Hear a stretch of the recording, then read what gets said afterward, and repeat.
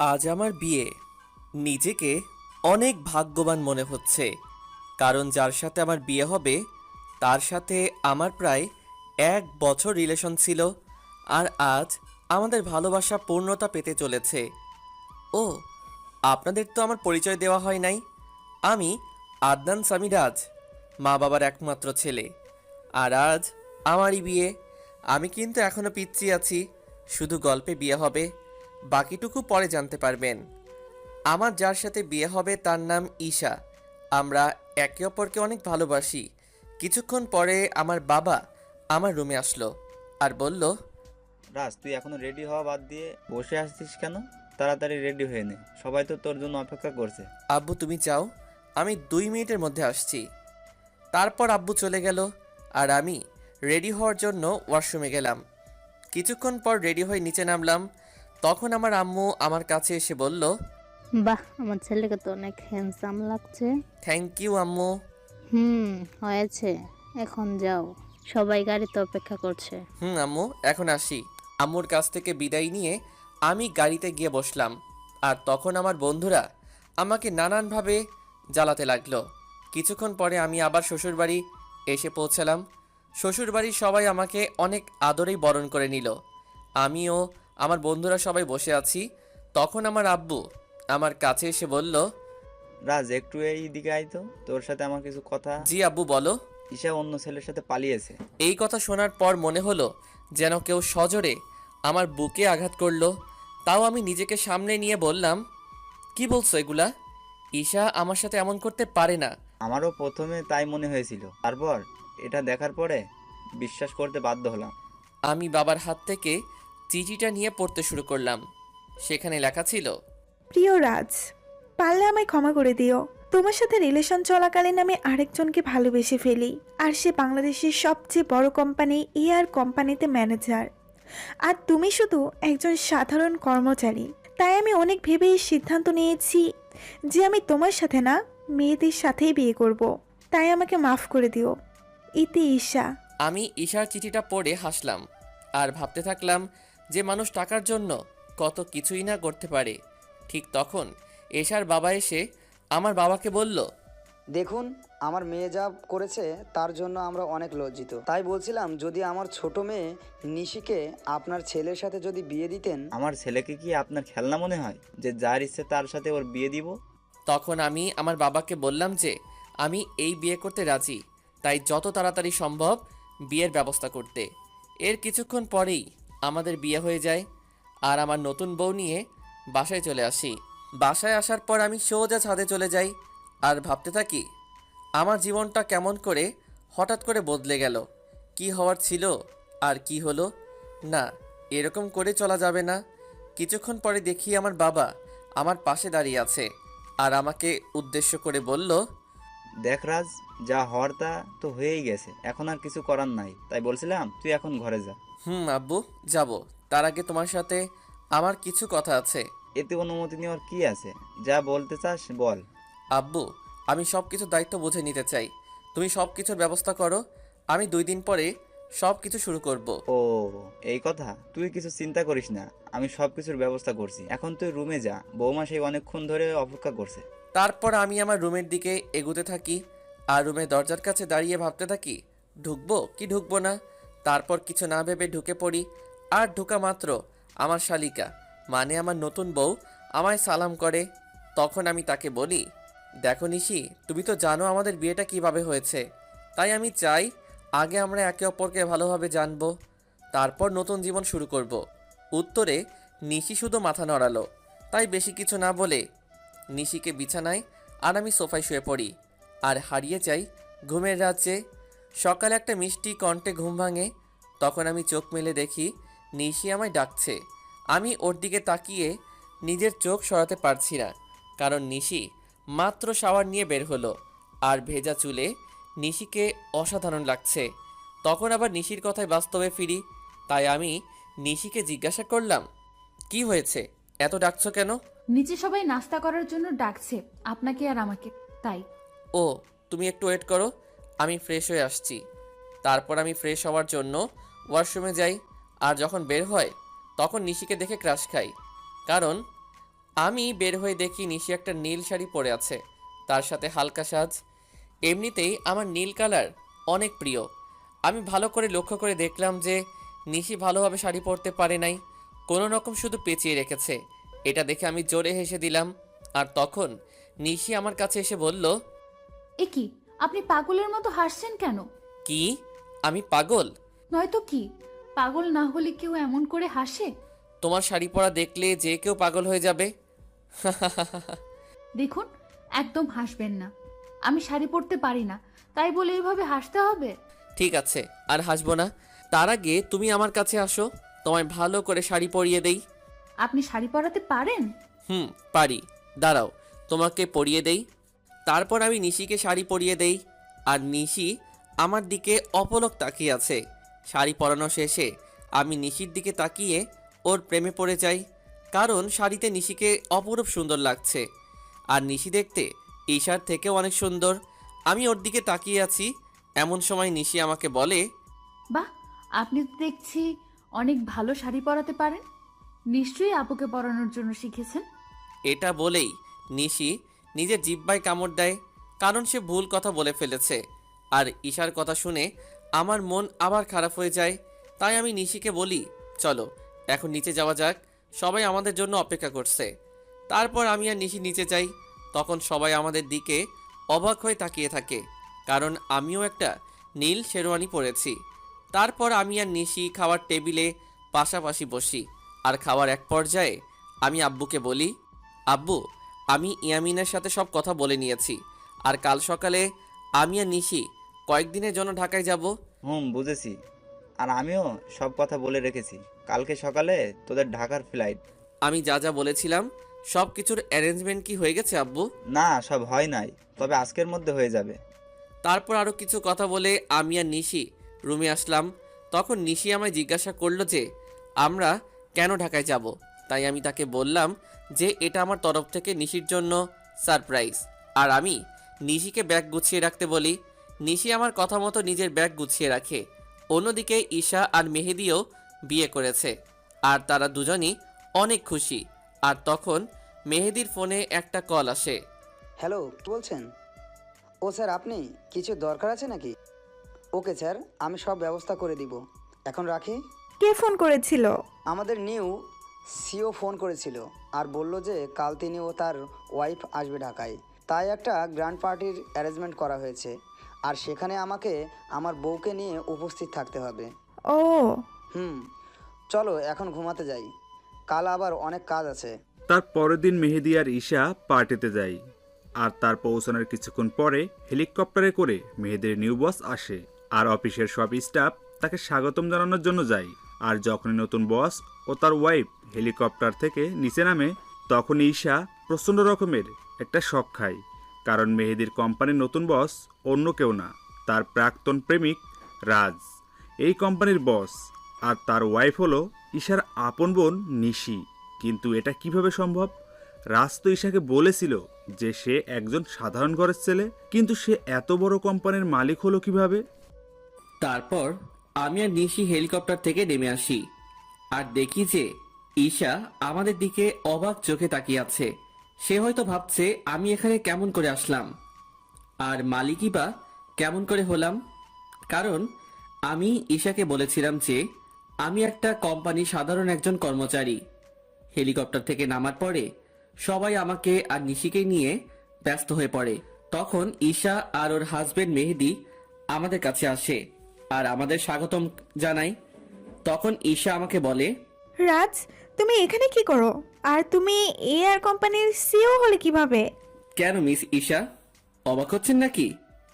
এখানে তো অবাক হওয়ার কিছুই নেই, কারণ আমি আপনাকে একবার বলেছিলাম বিয়ের পরে আপনার জন্য একটা বড় সারপ্রাইজ অপেক্ষা করছে। কিন্তু আপনি কি করলেন? আমি ঈশার সাথে কথা বলছিলাম, তখন মেহেদি এসে আমাকে বলল, স্যার, এ হলো ঈশা, আমার ওয়াইফ। 2 দিন হলো আমাদের বিয়ে হয়েছে। Nice to meet you miss Isha. Thank you sir. তা মেহেদি সাহেব, আমি যা যা বলেছিলাম সব কিছুর অ্যারেঞ্জমেন্ট কি হয়েছে? জি স্যার, সব কিছুর অ্যারেঞ্জমেন্ট করা হয়েছে। আপনি কি আগে একটু রেস্ট নেবেন? আমি আর নিশি আগে একটু রেস্ট নিব, তারপরে পার্টিতে জয়েন করব। আর আপনাকে পরিচয় করিয়ে দেই, ইনি হলেন নিশি, আমার ওয়াইফ। হ্যালো ম্যাম, কেমন আছেন? জি, ভালো আছি। তখন আমি ঈশার দিকে লক্ষ্য করে দেখি সে আমার আর ঈশার দিকে অবাক চোখে তাকিয়ে আছে। তাই আমি মনে মনে বলি, এখনো তো কিছুই দেখোনি, দেখতে থাকো কি হয়। তখন মেহেদি আমাকে আর নিশিকে একটা রুমে নিয়ে যায় আর বলে এখানে কিছুক্ষণ রেস্ট নিতে। এই বলে মেহেদি সাহেব সেখান থেকে চলে যায়। তখন নিশি আমার কাছে এসে বলে, এগুলো কি হচ্ছে আমাকে কি প্লিজ বলবেন? মানে কিসের কথা বলছো তুমি? বুঝতে পারছেন না আমি কিসের কথা বলছি? কই না তো। বুঝতে পারছেন না নাকি বুঝতে চাইছেন না? আরে তুমি বোঝাই না বললে কেমন করে বুঝবো? এগুলো কি? আমি তো শুনেছিলাম আপনি একটা কোম্পানির একজন সাধারণ কর্মকর্তা। শুধু আমি না, আমার পুরো পরিবার জানতো যে আপনি একটি কোম্পানিতে কাজ করেন। তাহলে হুট করে এত বড় কোম্পানির সিইও কেমন করে হলেন? হুট করে আমি এই কোম্পানির সিইও হই নাই। এই কোম্পানির ওনার হলো আমার বাবা, বুঝেছো? আর সেই হিসেবে আমি এই কোম্পানির সিইও। আর কেন আমি আমার আসল পরিচয় গোপন করেছি সেটা না হয় তোমাকে পরে বলবো। সেটা না হয় বুঝলাম, কিন্তু আপনি কেন আপনার আসল পরিচয় গোপন করলেন সেটা আগে বলুন। বললাম তো আমি তোমাকে সব বলবো, তার আগে তুমি কান্না বন্ধ করো। নিশিকে নিজের বুকের মাঝে জড়িয়ে নিয়ে কেন জানি নিশির কান্নাটা আমার সহ্য হলো না। তারপর নিশিও আমায় জড়িয়ে ধরে কান্না করতে থাকলো। এভাবে কিছুক্ষণ নিশি কান্না করলো। তারপর যখন সে বুঝতে পারলো যে সে আমায় জড়িয়ে ধরে আছে, তখন হঠাৎ করে আমায় ছেড়ে দিয়ে বলল, আমি সরি, আসলে আমি বুঝতে পারি নাই, তাই এমনটা করেছি। আসলে আমি একটু ইমোশনাল হয়ে পড়েছিলাম তো তাই। ইটস ওকে নিশি, তুমি গিয়ে ফ্রেশ হয়ে নাও, আমাদের আবার নিচে পার্টিতে যেতে হবে। তারপর নিশি ওয়াশরুমে ফ্রেশ হতে চলে যায়। কিছুক্ষণ পরে নিশি বাহির হয়।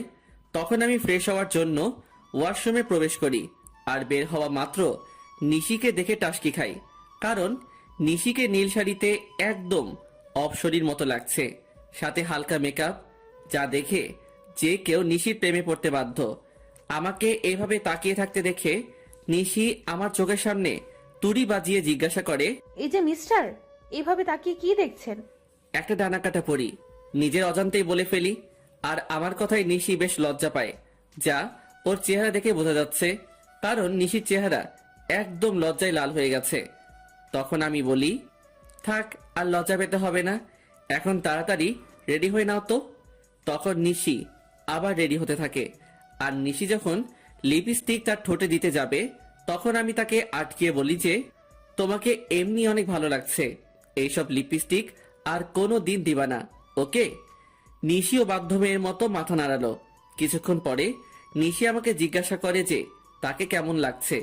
আর আমি তো নিশিকে দেখে ওর প্রায় প্রেমেই পড়ে যাই, কারণ নিশিকে হালকা সাজে একদম পরীর মতো লাগছে। তাই আমি ওর কাছে গিয়ে বলি, সবই ঠিক আছে, শুধু একটা জিনিস ছাড়া। ও, আরে শুনবে তো কি জিনিস? না বললে শুনবো কেমন করে? তোমার গলায় কাজল দেওয়া হয়, তোমাকে কেউ যদি এইভাবে দেখে তাহলে সবার নজর লেগে যাবে তো, তাই না? তারপর আমি নিজের হাতে নিশির ঘাড়ে কাজল লাগিয়ে দেই। আর আমার ছোঁয়া পাওয়া মাত্র নিশি কিছুটা কেঁপে ওঠে।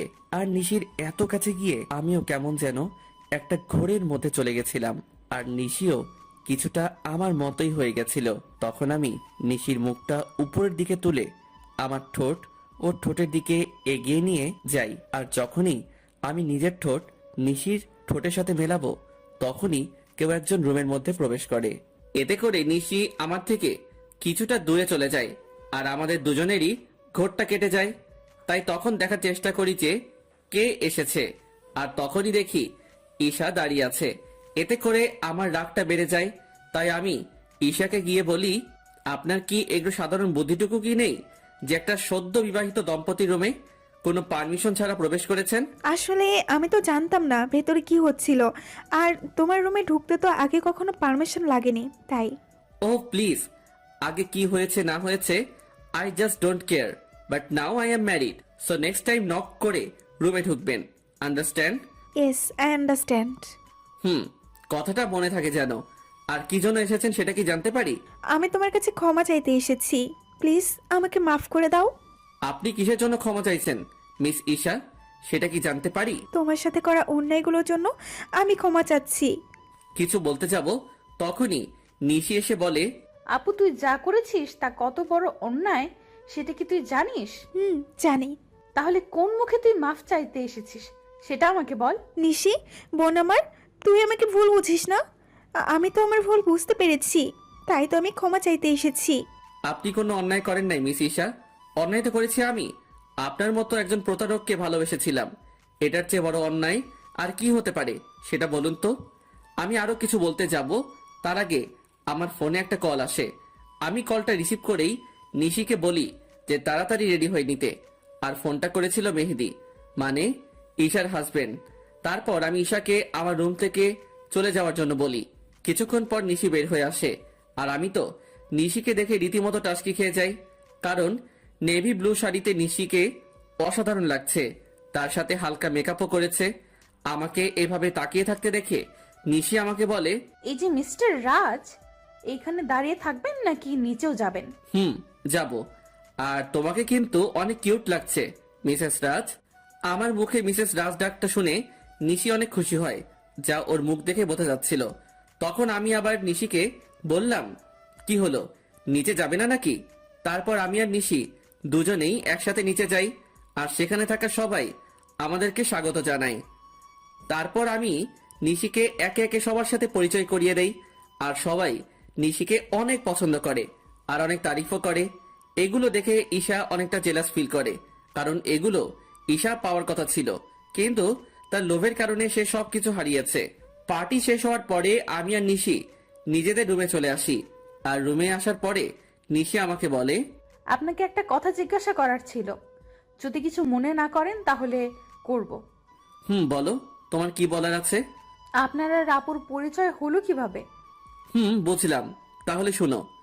তারপর আমি বলতে শুরু করলাম।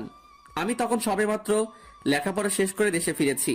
তো একদিন আমিও আমার বন্ধুরা মিলে প্ল্যান করলাম কোথাও ঘুরতে যাব, কিন্তু সেটা দেশের ভিতরেই। তাই সবাই মিলে ঠিক করলাম যে সিলেটে যাব। তো সবাই মিলে বেরিয়ে পড়লাম সিলেটের উদ্দেশ্যে। সব ফ্রেন্ড একসাথে যাব, তাই বাসে করে যাচ্ছিলাম। কিন্তু বাসে উঠে বাদে এক বিপত্তি। আমার সব ফ্রেন্ডের সিট এক জায়গায় পড়েছিল, আর আমার সিট পড়েছিল এক মেয়ের সাথে। তাই কিছু করার না থাকায় বাধ্য হয়ে ওই সিটে বসে পড়ি। কিছুক্ষণ পরে যখন মেয়েটি আসে, আমি তার দিকে তাকিয়ে রীতিমতো টাসকি খাই, কারণ এত সুন্দরী মেয়ে আমি এর আগে কখনো দেখি নাই। মেয়েটি পরেছিল একটা নেভি ব্লু লং 3 পিস, তার সাথে ম্যাচিং জুয়েলারি, সাথে হালকা সাজ।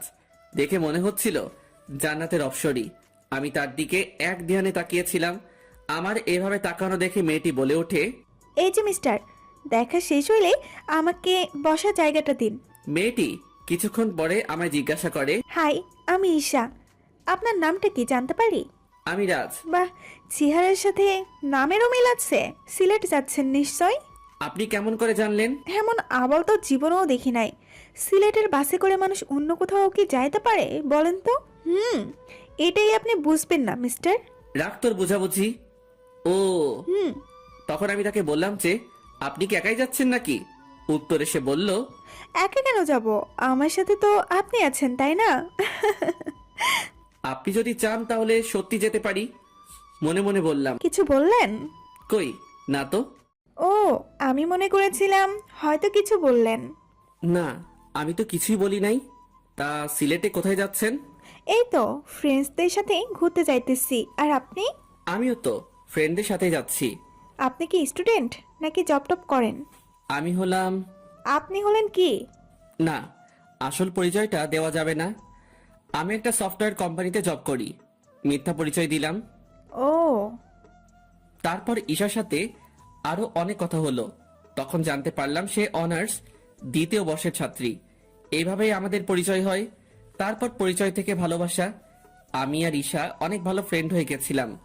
আমরা সিলেট থেকে ফিরে এসেও একে অপরের সাথে যোগাযোগ করতাম।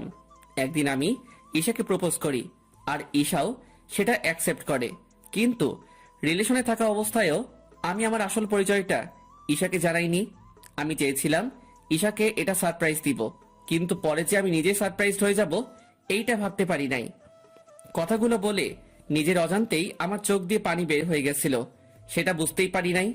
আমি কিছুক্ষণ পরে নিশির দিকে লক্ষ্য করে দেখি সেও কান্না করছে।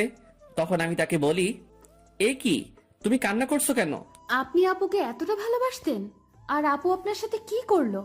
যা হওয়ার তা তো হয়েই গেছে, আর এখন তুমি আমার স্ত্রী, এটাই সত্যি। আর আমি চাই এই সম্পর্কটা ভালোভাবে নিভাতে। আমি চেষ্টা করব। তার আগে বলেন, আপনি আর কখনো আপুর কথা মনে করবেন না। কথা দিলাম। নিশি আমাকে এভাবে জড়িয়ে ধরবে আমি সেটা ভাবতেও পারি নাই। কেন যেন নিশির এভাবে জড়িয়ে ধরা আমার অনেক ভালোই লাগছে। এই যে মিস, এবার কি আমাকে ছাড়বেন? কথাটি বলা মাত্র নিশি আমাকে ছেড়ে দিল, আর নিশির মুখ একদম লজ্জায় লাল হয়ে আছে। তখন আমি নিশিকে আমার কোলের উপর বসিয়ে ওর চুলে বিলি কেটে দিতে দিতে বললাম, আমাকে ছেড়ে কখনো যাবে না তো? না, কখনোই না।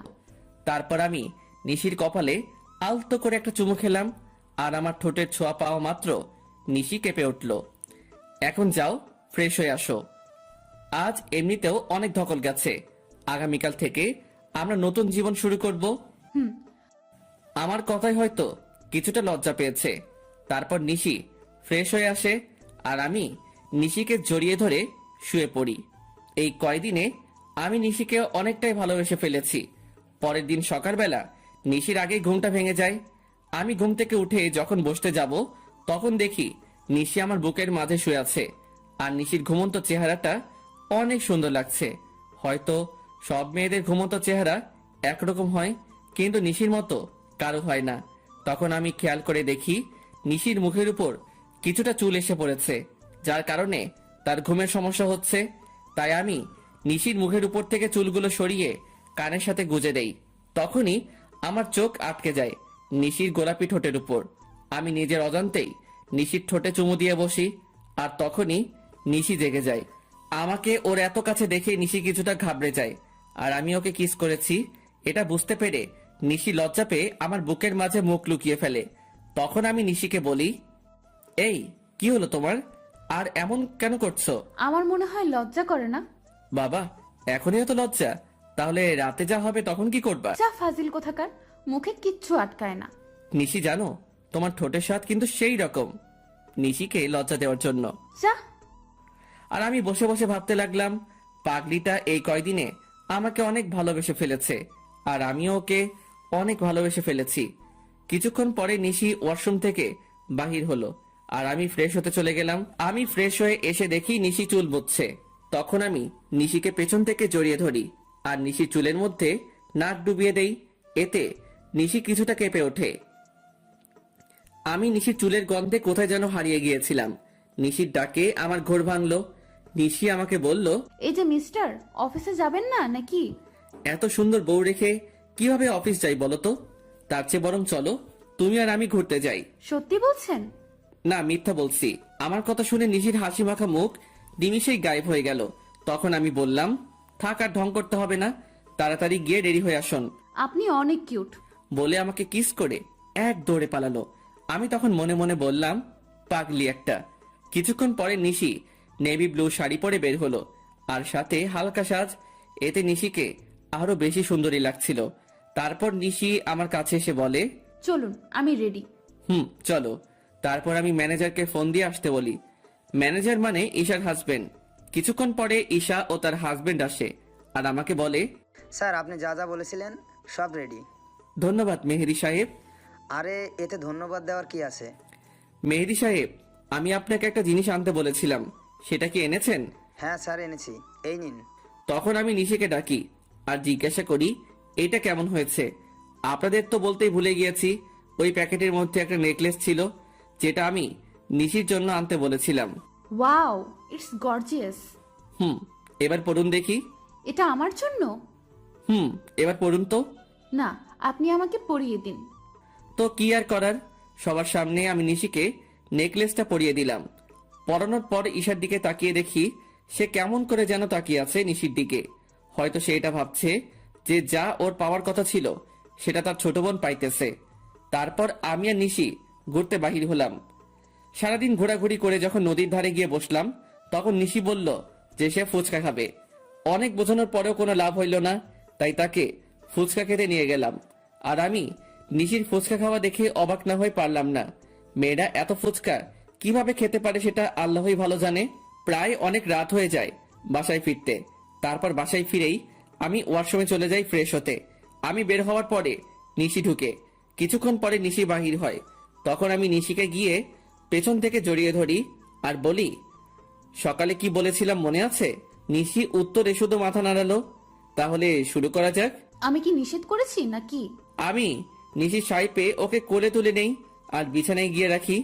তারপর আমি নিশির গলায় আস্তে করে কয়েকটা কিস করি। এতে নিশির নিঃশ্বাস আস্তে আস্তে ঘন হতে থাকে। তারপর আমরা দুজন হারিয়ে যাই ভালোবাসার অতলে। আর কিছু কমু না, লজ্জা লাগে। পরের দিন সকালে নিশির ডাকে আমার ঘুম ভাঙে। নিশি মাত্র গোসল করে এসেছে আর ওকে দেখতেও অসাধারণ লাগছে। তাই আমি নিশিকে এক টানে আমার বুকের উপর নিয়ে আসি। তখন নিশি বলে, সারা রাত দুষ্টামি করেও হয় নাই, এখন আবার শুরু করেছেন? তাড়াতাড়ি রেডি হয়ে অফিস যান। ওকে বাবা, আমি যাইতেছি। তার আগে একটা কিস দাও। একটা দিলে যাবেন? যাবো। তারপর নিশি আমাকে একটা কিস দেয় আর আমিও উঠে ফ্রেশ হয়ে অফিসে চলে যাই। কিছুদিন পরে আমি আর নিশি আমাদের বাসায় চলে আসি আর সেখান থেকেই অফিস শুরু করি। খুনসুটি ভালোবাসায় আমাদের দিন খুব ভালোই চলছিল, কিন্তু একদিন হঠাৎ করে সবকিছু এলোমেলো হয়ে যায়। দেখতে দেখতে আমার আর নিশির বিয়ের 3 মাস পার হয়ে গেছে। আর এই 3টা মাসের মধ্যে নিশি একদিনও আমার বুকে মাথা না দিয়ে ঘুমায় না। এই 3 মাসে আমার দুজনকে অনেক বেশি ভালোবেসে ফেলি। সকালে আমি অফিসের জন্য রেডি হচ্ছিলাম, তখন নিশি এসে আমাকে পেছন থেকে জড়িয়ে ধরে আর বলে, আজ অফিস থেকে একটু তাড়াতাড়ি আসবেন কেমন? আজ আপনার জন্য একটা সারপ্রাইজ আছে। কি সারপ্রাইজ গো বউ? এখন বলা যাবে না, আগে অফিস থেকে ফিরুন, তারপর বলবো। ওকে, এবার আমার কাছে আসো তো, তোমায় একটু আদর করে নেই। সবসময় দুষ্টুমি, তাই না? না গো বউ, তুমি জানো না, তোমায় আদর না করে গেলে আমার দিন ভালো যায় না। তাই এখন আর কোনো কথা না বলে আমার কাছে আসো। তারপর নিশি আমার কাছে আসলো আর আমি নিশির ঠোঁটজোড়া আমার দখলে নিয়ে নিলাম। প্রায় 5 মিনিট পরে ছাড়লাম। তারপর আমি নিশিকে বললাম, আমি এখন আসি। আপনি খুব স্বার্থপর। কেন গো, আমি আবার কি করলাম? আপনি তো ঠিকই আপনার ভাগের আদরটা নিলেন, আর আমার পাওনাটা না দিয়েই চলে যাচ্ছেন। ও কি বোঝাতে চাইছে সেটা আমি বুঝতে পেরে আমি নিশিকে আমার কাছে ডাকি, কিন্তু সে আসবে না। মহারানী বলে, নিশি বাবু আমার কাছে আসো। আমি কোনো বাবু নই, আর নিশি রাগ করেছে, তাই কারোর সাথে কথা বলবে না। ও তাই, দেখি এবার নিশি কেমন করে রাগ করে থাকে। এই বলে নিশিকে আমার কাছে নিয়ে এসে ওর কপালে একটা ভালোবাসার পরশ এঁকে দেই আর নিশি আমাকে শক্ত করে জড়িয়ে ধরে। নিশি সোনা, এবার ছাড়ো, আমার তো অফিসে লেট হয়ে যাচ্ছে। আর একটু থাকি না। না বাবু, আবার পরে থেকো, আমি এখন অফিসে যাব যে। ওকে, সাবধানে যাবেন কিন্তু। যথা আজ্ঞা মহারানী। যাও বৎস। উফ, এই হাসিটার জন্য আমি সব করতে পারি। এই যে মিস্টার, এবার যান। বাই। তারপর আমি অফিসে চলে আসি, কিন্তু অফিসেও মন বসছে না। তাই নিশিকে ফোন দিলাম। অপরদিকে নিশি ভাবছে, আজ যখন ও জানতে পারবে যে ও বাবা হতে চলেছে, তখন কতই না খুশি হবে। আমার যে আর অপেক্ষা সহ্য হচ্ছে না, মন চাইছে ওকে এখনই গিয়ে বলে আসি। নিশি এগুলো ভাবছিল, এমন সময় ওর ফোন বেজে ওঠে আর নিশি ফোনের স্ক্রিনে তাকিয়ে দেখে আমি ফোন দিয়েছি। তাই সে তাড়াতাড়ি ফোনটা রিসিভ করে আর বলে, কি হলো বর, এত জলদি আমার কথা মনে পড়ে গেল? গো বউ, তোমার কথা তো সবসময় মনে পড়ে, কিন্তু কি করব বলো? কিছুই করতে হবে না, আপনি শুধু আজ তাড়াতাড়ি বাসায় আসবেন, তাহলেই হবে। আর এখন কাজ করেন তো। ওকে আমার সুইট বউ, এখন রাখি। ওকে মিস্টার বর, বাই। নিশির সাথে কথা বলার পর আমি কিছু জরুরি কাজ সেরে ফেলি আর দেখতে দেখতে বিকেল হয়ে যায়। তাই আমি বাসায় যাওয়ার জন্য রেডি হয়ে নেই। আর তখনই অফিসের পিয়ন এসে আমাকে একটা পার্সেল দিয়ে যায় আর ওই পার্সেলটি খোলার পর আমার পায়ের তল থেকে মাটি সরে যায়। পার্সেলটিতে অনেকগুলো ছবি ছিল আর সবগুলো ছবি নিশি আর একটা ছেলের। ছবিতে নিশি ছেলেটার সাথে অনেক ঘনিষ্ঠ অবস্থায় আছে, যা দেখার পরে আমার চোখ দিয়ে অবাধ ধারায় পানি পড়ছে। শেষে কিনা নিশিও আমায় ধোকা দিল। আমি আর কিছু ভাবতে পারছিলাম না। তখনই নিশির ফোন আসে আর ও বলে, অনিচ্ছা থাকা সত্ত্বেও আমি ফোনটা রিসিভ করি। আর তখনই নিশি বলতে শুরু করলো, আপনি কখন বাসায় আসবেন? আজকে আপনার তাড়াতাড়ি আসার কথা, তাহলে এত লেট করছেন কেন? এখন আমি অনেক ব্যস্ত আছি, তাই আসতে লেট হবে। কিন্তু আপনি তো আমায় প্রমিস করেছিলেন যে আজ তাড়াতাড়ি বাসায় ফিরবেন। তুমি এত বেশি কথা বলছো কেন? বললাম না আমি ব্যস্ত আছি। তারপরেও একই কথা বারবার বলে যাচ্ছ। অনেক রেগে আর জোরে কথাটা বললাম। এতে নিশি অনেকটাই ভয় পায়। অপর পাশ থেকে ফুপিয়ে ফুপিয়ে কান্নার আওয়াজ আসছে। অন্য সময় হলে হয়তো আমি ওকে সান্ত্বনা দিতাম, কিন্তু এখন ওর কথা ভাবতেও আমার অসহ্য লাগছে। আচ্ছা ঠিক, কিন্তু আরো কিছু বলতে যাবে তার আগে আমি ফোনটা কেটে দেই। ফোন রেখে আমি চেয়ারে বসে পড়ি, আর তখনই আমার চোখ যায় ছবিগুলোর দিকে। কারণ ছবির অপর পাশে একটা নম্বর লেখা ছিল, তাই আমি ওই নম্বরে ফোন দেই। আর ফোনটা রিসিভ করে একজন ছেলে, সে ফোনটি ধরে বলতে শুরু করে, আরে মিস্টার রাজ, এত তাড়াতাড়ি ফোন করলেন যে? কে আপনি, আর আমাকে কেমন করে চিনলেন? আমি কে সেটা না হয় দেখা করেই আপনাকে বলবো। আমি কোনো অচেনা লোকের সাথে দেখা করি না। আমি সেটা জানি মিস্টার রাজ, তাই তো বলছিলাম যদি ছবিগুলোর ব্যাপারে জানতে চান তাহলে আমার সাথে দেখা করুন। আমি কি করব বুঝতে পারছি না। আমাকে তো জানতেই হবে এই ছবি ছেলেটাকে, আর নিশির সাথেই বা তার কি সম্পর্ক। তাই আমি সেই লোকটির সাথে দেখা করার জন্য রাজি হয়ে যাই, আর সেই লোকটি আমাকে একটা ঠিকানা দেয়। তাই আমি দেরি না করে বেরিয়ে পড়ি, আর কিছুক্ষণের মধ্যে সেখানে পৌঁছে যাই। সেখানে পৌঁছানো মাত্র আমি লোকটিকে ফোন দেই, কিন্তু লোকটি ফোন ধরছে না। আমি বেশ কয়েকবার ফোন দেই, কিন্তু প্রতিবারই ব্যর্থ হই। আমি প্রায় ঘন্টাখানিক ধরে অপেক্ষা করছিলাম। তখন কেউ একজন বলে উঠল, অপেক্ষা করার জন্য ধন্যবাদ। আমি পিছনে তাকিয়ে দেখি লোকটি আর কেউ নয়, নিশির সাথে যার ছবি রেখেছিলাম এটি সেই লোক। তবুও আমি মাথা ঠান্ডা রাখার চেষ্টা করে বলি, আমাকে এখানে ডাকার কারণ কি, আর আপনিই বা কে? আমি সাজিদ রহমান। আমি আর নিশি একে অপরকে অনেক ভালোবাসি, সেটা বলার জন্যই আপনাকে ডেকেছি। লোকটির কথা শুনে আমার মাথা গরম হয়ে গেল, তাই আমি রাগের মাথায় লোকটিকে মারতে শুরু করলাম। এমন সময় আমি একাই থেমে যাই, আর তাকে বলি, আপনি যেটা বলছেন সেটা সত্যি, এটা আমি কিভাবে বিলিভ করব? সেজন্যই তো আমি আপনাকে ছবিগুলো পাঠিয়েছি, আর এখন বিলিভ করা আর না করা সেটা আপনার ব্যাপার। আমি কি বলবো কিছু ভেবে পাচ্ছিলাম না, কারণ ছবিতে নিশি আর সাজিদকেই দেখা যাচ্ছে। তাই আর কথা না বাড়িয়ে লোকটিকে বললাম, নিশি যদি আপনাকে ভালোবাসে তাহলে সে আপনাকে কেন বিয়ে করলো? বিয়েটা কিভাবে হয়েছে সেটা আপনি নিশ্চয় জানেন রাজ। তাহলে নিশি কেন 3 মাস আমার সাথে থাকলো? সেটার কারণ আছে, আর কারণটা হলো আপনার সম্পত্তি। আর আপনারা যেদিন ঢাকায় যান সেদিন আমার আর নিশির পালানোর কথা ছিল, কিন্তু যখন আমরা জানতে পারলাম যে আপনি একজন স্বনামধন্য ব্যবসায়ী, তখন আমি আর নিশি আপনার সম্পত্তি হাতিয়ে নেওয়ার প্ল্যান বানাই। লোকটির কথা শুনে আমার কষ্টের মাত্রাটা আরো বেড়ে গেল, কারণ প্রথমে টাকার জন্য ঈশা আমার সাথে বেইমানি করলো, আর এখন আমি যাকে সবচেয়ে বেশি ভালোবাসি সেও আমার সাথে। না, আর কিছু ভাবতে পারছি না। তাই আমি হোটেল থেকে বের হয়ে আসি, আর আমার উকিলকে ফোন দিয়ে ডিভোর্স পেপারটা তৈরি করতে বলি। তাও মাত্র 1 ঘন্টার মধ্যে। উকিলের কাছ থেকে ফিরতে ফিরতে প্রায় রাত 1টা বেজে যায়।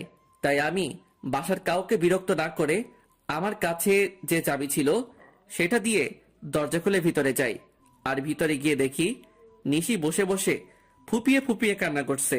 যেখানে আমার কষ্ট হওয়ার কথা সেখানে আমার প্রচুর রাগ হচ্ছে। তখন আমি নিশির কাছে গিয়ে বলি, বাহ, অভিনয় তো খুব ভালোই করতে জানো দেখছি। আমার এরকম আচমকা কথা শুনে নিশি কিছুটা ভয় পেয়ে যায়। পরে সে নিজেকে সামনে নিয়ে বলে, মানে আপনি কি বলতে চাইছেন? আমি কি বলতে চাইছি সেটা বুঝতে পারছো না, নাকি বোঝার চেষ্টা করছো না? কি বলছেন এইসব? আমি তো কিছুই বুঝতে পারছি না। Enough is enough Nishi, and don't touch me. Please Raj, tell me what happened with you. Please tell me. আর কত অভিনয় করবে নিশি, আর কত? আমি অভিনয় করছি। হ্যাঁ, তুমি অভিনয় করছো, তার প্রমাণ এগুলো। নিশি ছবিগুলো দেখে আরো কান্না শুরু করে দিল, আর আমাকে এসে জড়িয়ে ধরলো। কিন্তু আমি এবার রাগটা কন্ট্রোল করতে না পেরে নিশিকে সজোরে একটা চড় মারি। এই প্রথম আমি ওর গায়ে হাত তুললাম, আর তোকে না বললাম তুই আমাকে ছবি না, তাও কেন আমাকে ছোঁয়ার চেষ্টা করছিস? আর এই নে, তুই যার জন্য এত অভিনয় করেছিস, আমার সমস্ত সম্পত্তি আমি তোর নামে লিখে দিয়েছি, আর আমাকেও মুক্তি দে। তারপর আমি ওর দিকে ডিভোর্স পেপার আর সম্পত্তির পেপারস এগিয়ে দেই। তখন নিশি বলে, বেশ, আপনি যখন আমার থেকে মুক্তি চান তবে তাই হোক। এই বলে নিশি ডিভোর্স পেপারে সাইন করে দেয়। আর শুনুন মিস্টার রাজ, আপনার সম্পত্তির আমার কোনো প্রয়োজন নেই, তাই এগুলো আপনার কাছেই রাখুন। কথাগুলো বলে নিশি কান্না করতে করতে বাড়ি থেকে বের হয়ে গেল। আমার অনেক ইচ্ছা হচ্ছিল ওকে আটকাবার, কিন্তু সেই অধিকারটা আর আমার নেই। এখন নিশিকে ছাড়াই আমাকে থাকতে হবে। 1 বছর পর নিশি আমায় ছেড়ে গেছে, প্রায় 1 বছর হলো। এই 1 বছরে এমন কোনো রাত নেই যে রাতে আমি নিশির জন্য চোখের জল ফেলি নাই। কিন্তু এই 1 বছরে আমি নিশির কোনো খোঁজ করি নাই, হয়তো রাগের বশে। এই 1 বছরে আমি কারো সাথে ভালো করে কথা বলি নাই। সারাদিন অফিসের কাজে নিজেকে ব্যস্ত রেখেছি, আর রাতে নিশির সাথে কাটানো মুহূর্তগুলো ভেবে কষ্ট পেয়েছি। প্রতিদিন ওর মতো আজ সকালে অফিস যাচ্ছিলাম, তখন আম্মু এসে আমায় বলল, বাবা রাজ, আর কতদিন নিজেকে এভাবে কষ্ট দিবি বল? যার জন্য এত কষ্ট পাচ্ছিস সে কি 1 বছর একবার তোর খবর নিয়েছে? আহ আম্মু, এত ঘুরিয়ে পেঁচিয়ে কথা না বলে কি বলতে চাও সেটা বলো তো। বলছিলাম কি, তুই এবার একটা বিয়ে করে নে। আর কতদিন নিজেকে এভাবে কষ্ট মাঝে রাখবি বল? আমি তোমায় আগেও বলেছি আর এখনো বলছি, আমি কোনো বিয়ে করতে পারবো না। তোকে আমার দিব্যি, তুই আর বিয়ে তো অমত করবি না। কিন্তু আম্মু। আর কোনো কিন্তু নয়। আচ্ছা ঠিক আছে, তুমি যখন বলছো তখন তাই হোক, কিন্তু আমাকে এসবের মধ্যে টানবে না, আর বিয়েটা যাতে একদম সাধারণভাবে হয়। আচ্ছা, তুই যা বলবি তাই হবে। আসলে আমি আম্মুর মুখের দিকে তাকিয়ে বিয়েতে রাজি হলাম, কারণ এই 1 বছর আম্মু অনেক কষ্ট পেয়েছে। তারপর আমি অফিসে চলে আসি, কারণ আজ অফিসে নতুন পিএ নেওয়া হবে। ওর আমি আমার কেবিনে চলে যাই আর ম্যানেজারকে ডাকি। May I come in sir? Yes, come in. Sir, আপনার পিএর জন্য 3 জনকে সিলেক্ট করা হয়েছে, যদি আপনি একবার দেখে নিতেন। অবশ্যই দিন, আমি দেখতেছি। আমি ফাইলগুলো চেক করছিলাম, এমন সময় আমার চোখ আটকে গেল একটা ফাইলে।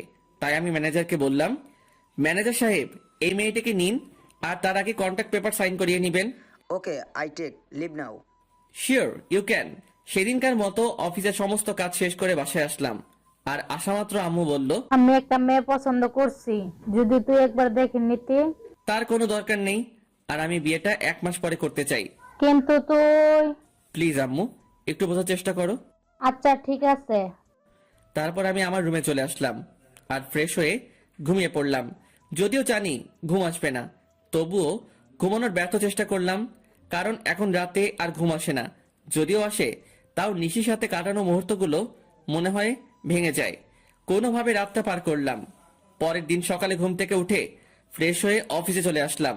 এসে দেখি আমার নিউ পিএ এখনো অফিস আসে নাই। তাই ম্যানেজারকে বলে আসলাম সে আসলে আমার সাথে দেখা করতে বলতে। তারপর আমি আমার কেবিনে চলে গেলাম।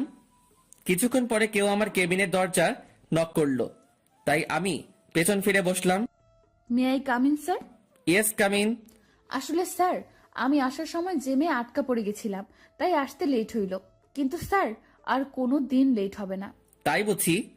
এবার ওর দিকে ফিরে তাকালাম, আর সে আমাকে দেখে ভূত দেখার মতো চমকে উঠলো। মনে হয় সে আমাকে এখানে আশা করে নাই। আ- আ- আপনি এখানে? আমি অন্য কারো থাকার কথা ছিল বুঝি, মিস নিশি?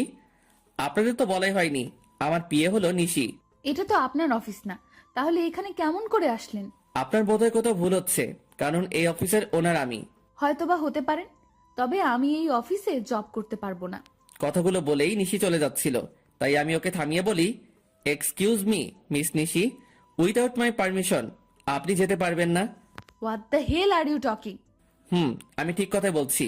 আর এইটা দেখুন, 2 বছরের আগে আপনি এই কোম্পানি ছাড়তে পারবেন না, আর যদিও ছাড়তে চান তাহলে আমার পারমিশন নিতে হবে। কিন্তু আমি এই মুহূর্তে আপনাকে পারমিশন দিচ্ছি না, সো আপনি এখন যেতে পারেন। প্রয়োজন পড়লে আমি আপনাকে ডেকে নিব। Okay sir. তারপর নিশি ওর কেবিনে চলে যায়। আমার আর ওর কেবিন প্রায় পাশাপাশি, তাই আমি ওকে দেখতে পাচ্ছিলাম। অন্যদিকে নিশি নিজের কেবিনে এসে ভাবে, কেন যে সেদিন সাইন করার আগে কন্ট্রাক্ট পেপারটা ভালোভাবে পড়ে নিলাম না, আর উনি কেন আবারও আমার সামনে আসলেন। ভালোই তো ছিলাম এই 1 বছর ওনাকে ছাড়া।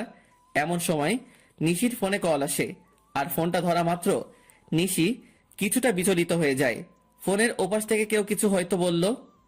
আমি বসে আমার কাজ করছিলাম, এমন সময় নিশি আমার কেবিনে আসে আর বলে, স্যার, একটা কথা বলার ছিল। বলেন। আসলে স্যার, আজকে আমায় একটু তাড়াতাড়ি ছুটি দিবেন প্লিজ? কেন, ছুটি কি করবেন? আসলে বাসায় একটু প্রয়োজনীয় কাজ আছে, তাই। কি প্রয়োজনীয় কাজ শুনি? আসলে স্যার, নিশি কিছু দোকাতে চাইছিল, আমার কারণে সে বলে উঠল, স্যার আমার বাসায় আমার বাচ্চা অসুস্থ হয়ে গেছে, তাই আমার ছুটি প্রয়োজন। এখন ছুটি দেওয়া না দেওয়া সেটা আপনার ব্যাপার, কারণ আপনি এখানকার বস, আপনি চাইলেই সব করতে পারেন। নিশির মুখে বাচ্চার কথা শুনে আমার চারপাশটা কেমন যেন অন্ধকার হয়ে আসছিল। নিঃশ্বাস নিতেও কষ্ট হচ্ছিল। তবুও নিজেকে সামলে নিয়ে বললাম, ওকে, আপনি যেতে পারেন, তবে কাল থেকে সময় মতো অফিসে আসবেন। যদিও কথাগুলো বলতে কষ্ট হচ্ছিল। তারপর নিশি চলে গেল, আর আমি চেয়ারের সাথে হেলান দিয়ে ভাবতে লাগলাম যে নিশি একসময় আমাকে ছাড়া কিছু বুঝতো না, সে এখন নিজের বাচ্চা নিয়ে ব্যস্ত। তবে আমি কেন একা কষ্ট পাবো? নিশি যখন পেরেছে আমাকে ছেড়ে থাকতে, নিশি যদি আমাকে ছাড়া থাকতে পারে, তবে আমি কেন পারবো না? এসব ছাইপাশ ভাবতে ভাবতেই বিকেল হয়ে যায়। তাই আমি আর বেশি না ভেবে অফিস থেকে বেরিয়ে পড়ি আর সোজা বাসায় চলে আসি। আমাকে এত তাড়াতাড়ি বাসায় ফিরতে দেখে আম্মু আমার কাছে আসে আর বলে, কিরে বাবা, আজ এত তাড়াতাড়ি বাসায় আসলি যে? শরীর ঠিক আছে তো? আম্মু, আমার কিছুই হয়নি। অফিসে মন বসছিল না, তাই তাড়াতাড়ি চলে আসলাম। ওহো, আচ্ছা তুই ফ্রেশ হয়ে আয়, আমি তোর খাবার রেডি করছি। আম্মু, আমার তোমাকে কিছু বলার আছে। আগে ফ্রেশ হয়ে আয়, তারপর। তাই আমি আর কোনো কথা না বাড়িয়ে ফ্রেশ হতে নিজের রুমে চলে যাই। তারপর ফ্রেশ হয়ে নিচে এসে দেখি আম্মু খাবার নিয়ে আমার জন্য অপেক্ষা করছে। তাই আমি গিয়ে বসে পড়ি আর আম্মুকে বলি, আম্মু, তুমি পরশুদিন বিয়ের কথা বলছিলে না? আমি রাজি, তবে বিয়েটা 1 সপ্তাহের মধ্যে হওয়া চাই। এটা তো খুশির খবর, তবে 1 সপ্তাহের মধ্যে বিয়েটা কিভাবে দেব বল? আমি এত কিছু শুনতে চাই না, আমি যেটা বলেছি সেটাই হবে। আচ্ছা, তুই যখন চাচ্ছিস তখন তাই হবে। তারপর আমি খাওয়া দাওয়া করে নিজের রুমে চলে আসি। আর আজ কেন জানি কষ্টটা একটু বেশি মনে হচ্ছে। হয়তো এই কষ্টটা নিশির জন্যই হচ্ছে, কিন্তু এখন আর কিছুই করার নেই, কারণ নিশি তার পরিবার নিয়ে ব্যস্ত আছে। না, আর কষ্ট পেলে চলবে না। তারপর কখন যে ঘুমিয়ে পড়েছি বুঝতেই পারি নাই। পরের দিন সকালে রেডি হয়ে খাওয়ার টেবিলে বসেছিলাম, এমন সময় আম্মু এসে বলল, আমি মেয়ের বাবার সাথে কথা বলছি, তারা বলছে তাদের কোনো সমস্যা নেই, তবে তুই যদি একবার মেয়ের সাথে দেখা করে নিতি তাহলে। দেখো আম্মু, আমি তোমায় আগেও বলেছি যে এই বিয়েটা আমি শুধু তোমার কথাই করছি, তাই আমাকে আর এর মধ্যে জড়িও না। আচ্ছা ঠিক আছে, তাহলে আজ থেকে বিয়ের অ্যারেঞ্জমেন্ট শুরু করতে হবে, কারণ হাতে তো বেশি সময় নেই। তোমরা যা বোঝো তাই করো। আমি এখন অফিসে গেলাম। তারপর আমি অফিসে চলে আসি। অফিসে আসা মাত্র সবাই আমাকে কংগ্রেস জানাতে থাকে। মনে হয় আম্মুই বিয়ের ব্যাপারে সবাইকে জানিয়েছে। তাই আমি আর কিছু না ভেবে নিজের কেবিনে চলে আসি। আর এদিকে অফিসে সবাই মিষ্টি খাচ্ছে আমার বিয়ে উপলক্ষে। এমন সময় নিশি অফিসে আসে আর আমার এক স্টাফ নিশিকে মিষ্টি খাওয়াই দেয়। তাই নিশি বলে, আরে আগে বলবে তো এটা কিসের মিষ্টি? আমাদের স্যারের বিয়ে ঠিক হয়েছে, তাই আমার বিয়েটা সামনের সপ্তাহেই হবে। আমার বিয়ের কথা শুনে নিশির পুরো পৃথিবীটাই যেন উল্টে যায়। তার ইচ্ছা করছিল কান্না করতে, কিন্তু সবার সামনে সে কান্না করতে পারছিল না। তাই সে বলল, এ তো খুশির খবর। এ কি নিশি, তুমি কান্না করছো নাকি? তোমার চোখে পানি কেন? কই, কান্না করব কেন? আসলে চোখে কি যেন পড়েছে। নিশি ওয়াশরুমে যাওয়ার বাহানায় সেখান থেকে চলে আসে আর ওয়াশরুমে গিয়ে কান্না শুরু করে আর বলতে থাকে, কি এমন অন্যায় করেছিলাম যার জন্য আমি আমার ছেলে এত শাস্তি পাচ্ছি? এখন তো আমার ছেলের বাবা থাকতেও অনাথ। ম্যাডাম, মেহমেদ বাবুর তো জ্বর আরো বেড়েছে। আমি কি করব কিছুই বুঝতে পারছি না। তুমি বাবুকে একটু ঘুম পাড়ানোর চেষ্টা করো, আমি কিছুক্ষণ পর আসছি। নিশি তার বুয়ার সাথে কথা বলছিল। এমন সময় আমি নিশিকে ডেকে পাঠাই। তখন নিশি এসে বলে, may I come in sir? Yeah, coming. Sir আমাকে ডেকেছিলেন? তুমি মনে হয় স্টাফদের কাছ থেকে শুনেছো, তবুও তোমায় বলছি, নেক্সট উইক আমাদের বিয়ে। স্যার শুনেছি। কথাটি বলার সময় নিশি গলাটা ধরে আসছিল আর ওর চোখের কোণায় পানিও জমতে শুরু করেছিল, যা আমার চোখ এড়াই নাই। আমি যাচ্ছি, আমার বিয়ের সকল অ্যারেঞ্জমেন্ট তুমি করো, যদি তোমার আপত্তি না থাকে। না স্যার, আমার কোনো আপত্তি নেই। আর আমি তো আপনার বিয়ে, এগুলো করা আমার কর্তব্য। তাহলে কাজে লেগে পড়ুন। আমাকে যত কষ্ট দিয়েছ তার চেয়ে বেশি কষ্ট আমি তোমায় দিব নিশি। হঠাৎ আমার ফোনটি বেজে ওঠে, দেখি আম্মু ফোন করেছে। তারপর আমি ফোনটা রিসিভ করি আর আম্মুর সাথে কথা বলা শেষ করে নিশিকে বলি, মিস নিশি, আমার সাথে চলুন। কোথায় স্যার? এত প্রশ্ন না করে চলুন তো। তারপর আমি আর নিশি অফিস থেকে বেরিয়ে আমার গাড়িতে গিয়ে বসি। আর তখন দেখি নিশি পেছনের সিটে গিয়ে বসছে। তাই আমি তাকে বলি, আমাকে দেখে কি আপনার ড্রাইভার মনে হয় নাকি? তা কেন মনে হবে? তাহলে তুমি পিছনে কেন বসছো? তারপর নিশি সামনের সিটে এসে বসলো আর আমি গাড়ি ড্রাইভ করা শুরু করলাম। কিছুক্ষণ পরে গাড়ি একটা রেস্টুরেন্টের পাশে দাঁড় করালাম আর নিশিকে বললাম, চলো ভেতরে। আমরা এখানে কেন আসলাম? আমি ওর প্রশ্নের জবাব না দিয়ে ভেতরে ঢুকে গেলাম আর পেছন ফিরে দেখি নিশিও আসছে। আমি রেস্টুরেন্টে ঢোকার পরে একটা মেয়ে এসে আমাকে জড়িয়ে ধরে আর আমিও নিশিকে দেখিয়ে মেয়েটিকে জড়িয়ে ধরি। আর নিশির দিকে তাকিয়ে দেখি ও এখনই কান্না করে দিবে এমন অবস্থা। তারপর আমি বলি, নিশি, এ হলো মায়া, আমার বাগদত্তা। আর মায়া, এ হলো নিশি, আমার পিয়ে। আমার মুখে নিশি হয়তো পিয়ে শব্দটা আশা করেনি। আর মায়ার পরিচয় পাওয়ার পর নিশি এবার আর নিজের চোখের জল আটকে রাখতে পারে নাই, যার কারণে ওর চোখ থেকে অবাধ ধারায় জল পড়তে থাকে। আর আপনারা হয়তো ভাবছেন মায়া এখানে কেমন করে আসলো আর আমি বা ওকে কেমন করে চিনলাম। তাহলে শুনুন, আমি যখন অফিসে ছিলাম তখন আম্মু ফোন দেয় আর বলে মায়ার সাথে দেখা করার কথা।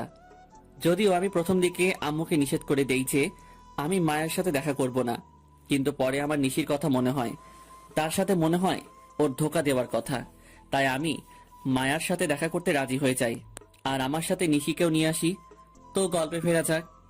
মায়ার পরিচয় দেওয়ার পর আমি নিশির দিকে তাকাই, তখন দেখি নিশির চোখ দিয়ে জল গড়িয়ে পড়ছে। কেন জানি নিশির চোখেতে জল আমার সহ্য হচ্ছিল না। তাই আমি ওকে বলি, Nishi, are you okay? Yes sir, I am.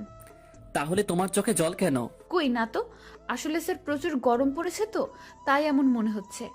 Sir আপনারা বসুন, আমি ওয়াশরুম থেকে ফ্রেশ হয়ে আসছি। তারপর নিশি ওয়াশরুমে চলে যায়। ওয়াশরুমে গিয়ে নিশি জোরে জোরে কান্না করতে থাকে, কিন্তু তার এই কান্না দেখার কোনো মানুষ সেখানে উপস্থিত ছিল না। তাই হয়তো সে কান্না করতে পারছিল। নিশি কান্না জড়িত কণ্ঠে বলছিল, হে আল্লাহ, আমার সাথে কেন এরকম হয়? ভালোই তো ছিলাম আমি ওকে ছাড়া, তবুও কেন ওকে আবার আমার জীবনে ফিরিয়ে আনলে? যখন আনলে তাহলে কেন অন্য কারো হয়ে যাচ্ছে? আমি আর আমার বাচ্চা তো ভালোই ছিলাম ওকে ছাড়া, তবুও কেন হচ্ছে এমনটা? আমার বাচ্চা কি কোনোদিনও তার বাবার পরিচয় আর আদর পাবে না? কিন্তু নিশি কোনোভাবেই নিজের কান্না থামাতে পারে না। কিন্তু সে তার বাচ্চার কথা ভেবে নিজেকে শক্ত করে আর বোঝায় তার বাবুর জন্য হলেও নিজেকে শক্ত রাখতে হবে। প্রায় আধা ঘন্টা পরে নিশি ওয়াশরুম থেকে বের হয় আর রাজ তার চেহারা দেখে রীতিমতো ভয় পেয়ে যায়, কারণ তার চোখগুলো লাল হয়ে আছে, তার সাথে ফুলেও আছে। তার মানে নিশি এতক্ষণ কান্না করছিল, কিন্তু নিশির কান্না করার তো কোনো কারণ এখানে নেই। তবু সে কেন কান্না করছিল আমি কিছুই বুঝতে পারছিলাম না। তখন নিশি আমাদের কাছে আসলো আর চেয়ারে বসে পড়ল। আর আমি রেস্টুরেন্টের একজন স্টাফকে ডেকে খাবার অর্ডার করলাম। কিছুক্ষণ পর খাবার আসলো। আমি নিশিকে দেখানোর জন্য মায়াকে নিজের সাথে খাইয়ে দিচ্ছিলাম। আর এটা দেখে নিশি আর ঠিক থাকতে পারলো না, তার চোখগুলো আবার জলে ভরে গিয়েছিল। তাই সে এগুলো আড়াল করার জন্য বলল, স্যার আমায় এখন যেতে হবে, এমনি তো আমার অফিস টাইম শেষ হয়ে গেছে। তুমি তো কিছুই খেলে না, খাওয়া শেষ করে তারপর যাও। না স্যার, এখন আর খাইতে মন চাচ্ছে না। ওকে, তাহলে যাও। আর কাল থেকে আমার বিয়ের অ্যারেঞ্জমেন্টের সকল কাজ শুরু করে দিও। যদি কারো সাহায্য প্রয়োজন হয় তাহলে আমাকে বইলো। ঠিক আছে স্যার, আমি এখন আসি। তারপর নিশি চলে যায় আর আমিও মায়া কিছু গল্প করতে থাকি। যদিও মায়ের সাথে কথা বলার কোনো ইচ্ছা আমার নাই, তাও আম্মুর কথা ভেবে বলছিলাম। অন্যদিকে নিশি বাড়িতে গিয়ে নিজের ছেলেকে জড়িয়ে ধরে কান্না শুরু করে দেয় আর বলতে থাকে, তোর বাবা খুব পচা, আমাকে একটুও বিশ্বাস করে না, এমনকি তোকেও ভালোবাসে না। তাই তো আজ অন্য একটা মেয়েকে নিজের হাতে খাইয়ে দিচ্ছিল, কিন্তু একদিন আমাকে বলেছিল আমাকে ছাড়া আর কোনোদিন কোনো মেয়েকে টাচ করবে না। আমি আর মায়া কিছুক্ষণ গল্প করার পরে রেস্টুরেন্ট থেকে বের হয়ে আসি আর মায়া তার গাড়িতে করে বাসায় চলে যায়। আমি যখনই নিজের গাড়িতে উঠতে যাব তখনই কেউ আমার নাম ধরে ডাক দেয়। পেছন ফিরে দেখি নিশির বেস্ট ফ্রেন্ড মিম। তাই আমি তাকে বলি, কেমন আছো মিম, আর দেশে কবে ফিরলে? ভালো আছি ভাইয়া, আর কিছুদিন হলো দেশে ফিরেছি। নিশি কেমন আছে? আর ওকে আমি ফোন দিই, কিন্তু ওর ফোন বন্ধ দেখায় কেন? নিশি কেমন আছে সেটা নিশি হয়তো ভালো জানে। আপনার কথা মানে বুঝলাম না। আর নিশি তো আপনার স্ত্রী, তাহলে কেমন সেটা আপনি জানাবেন না কেন? নিশি আমার স্ত্রী ছিল, কিন্তু এখন নেই। কি বলছেন এগুলো? কি আমি তো কিছুই বুঝতে পারছি না।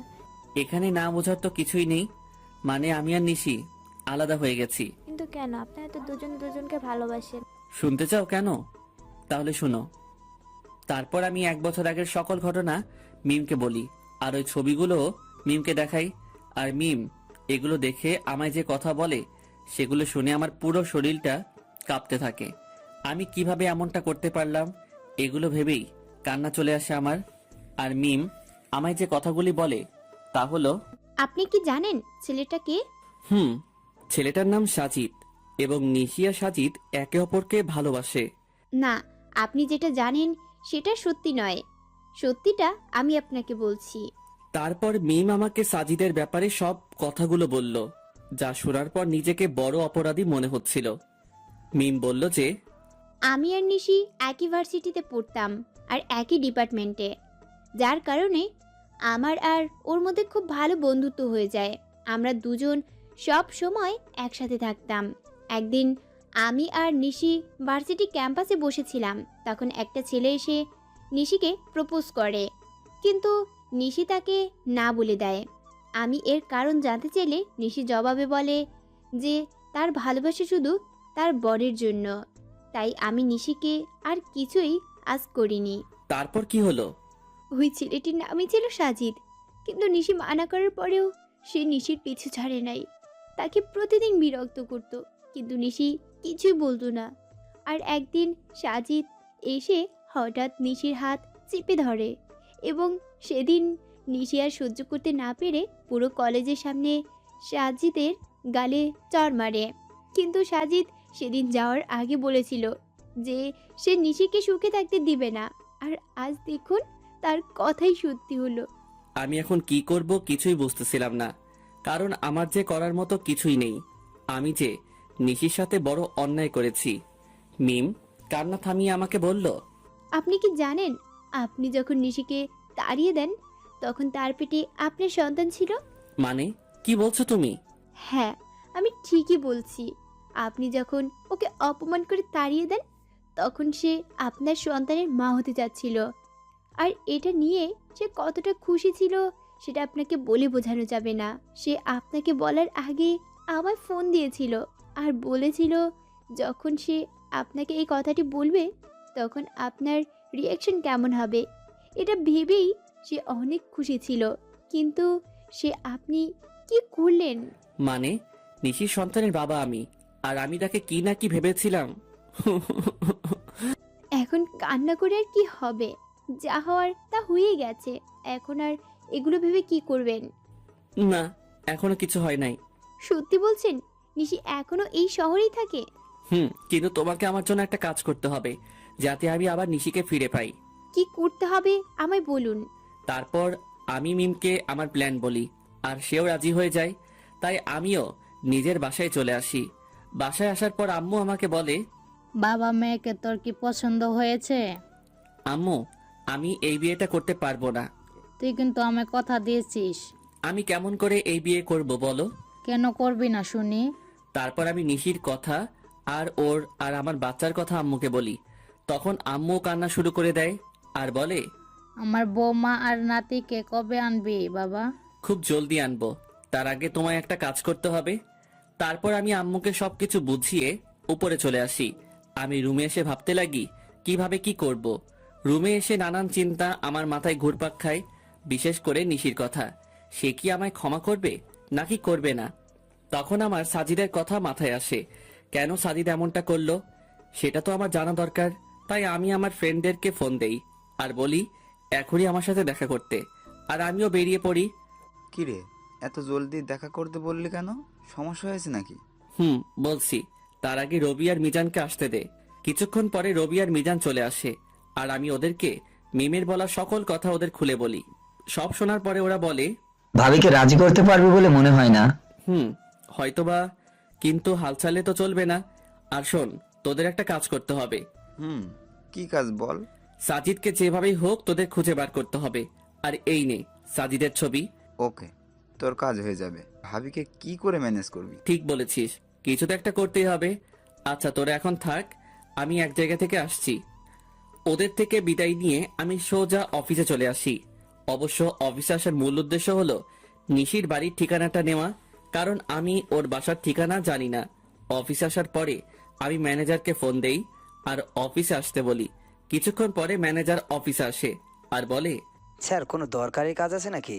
না তেমন কিছু দরকারি কাজ না, আমি শুধু নিশির বাসার ঠিকানা নেওয়ার জন্যই অফিসে এসেছি। ওকে স্যার, একটু ওয়েট করেন, আমি নিয়ে আসছি।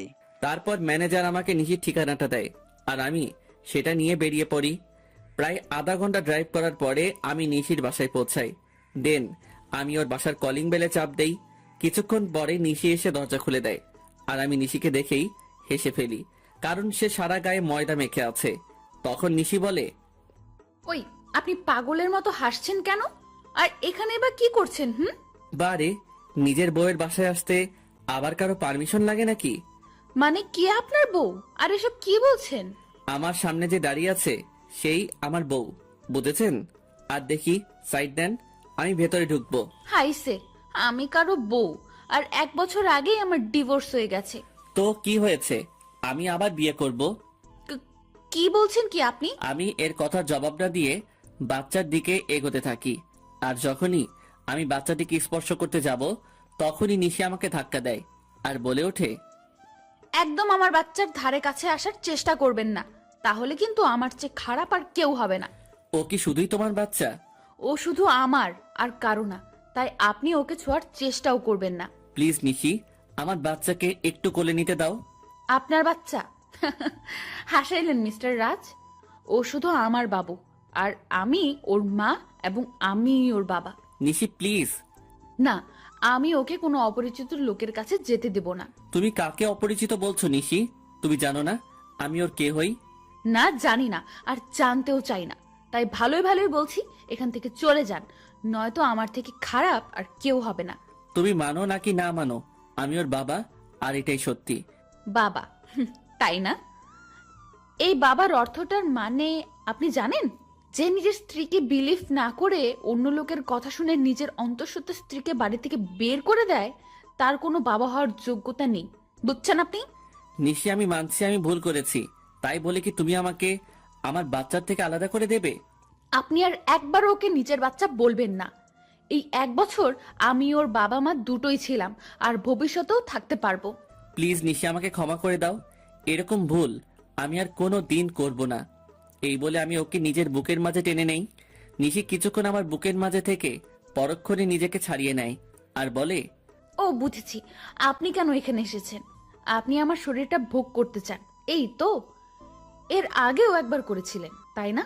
ওকে, আমি নিজেই আমার সব বিলিয়ে দিচ্ছি, তবুও আপনি আমার আর আমার সন্তানের মাঝখানে আসবেন না।